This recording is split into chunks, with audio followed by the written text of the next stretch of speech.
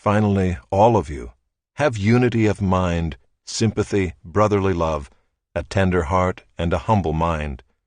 Do not repay evil for evil, or reviling for reviling, but on the contrary, bless, for to this you were called, that you may obtain a blessing.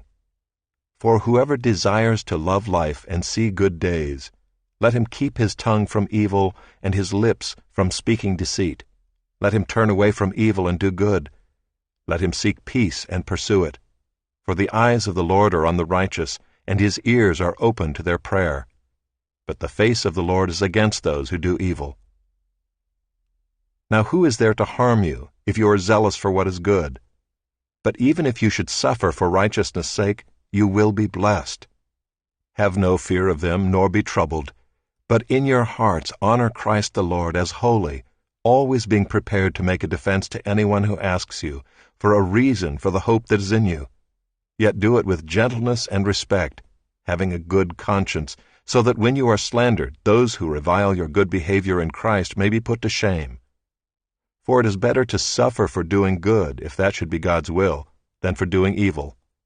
For Christ also suffered once for sins, the righteous for the unrighteous, that he might bring us to God, being put to death in the flesh, but made alive in the Spirit, in which he went and proclaimed to the spirits in prison, because they formerly did not obey, when God's patience waited in the days of Noah, while the ark was being prepared, in which a few, that is, 8 persons, were brought safely through water. Baptism, which corresponds to this, now saves you, not as a removal of dirt from the body, but as an appeal to God for a good conscience, through the resurrection of Jesus Christ, who has gone into heaven and is at the right hand of God, with angels, authorities, and powers having been subjected to him. Chapter 4.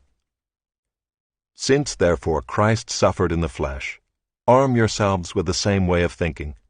For whoever has suffered in the flesh has ceased from sin, so as to live for the rest of the time in the flesh, no longer for human passions, but for the will of God.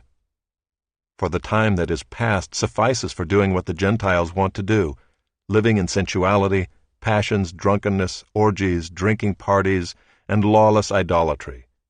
With respect to this, they are surprised when you do not join them in the same flood of debauchery, and they malign you. But they will give account to him who is ready to judge the living and the dead. For this is why the gospel was preached even to those who are dead, that though judged in the flesh the way people are, they might live in the Spirit the way God does.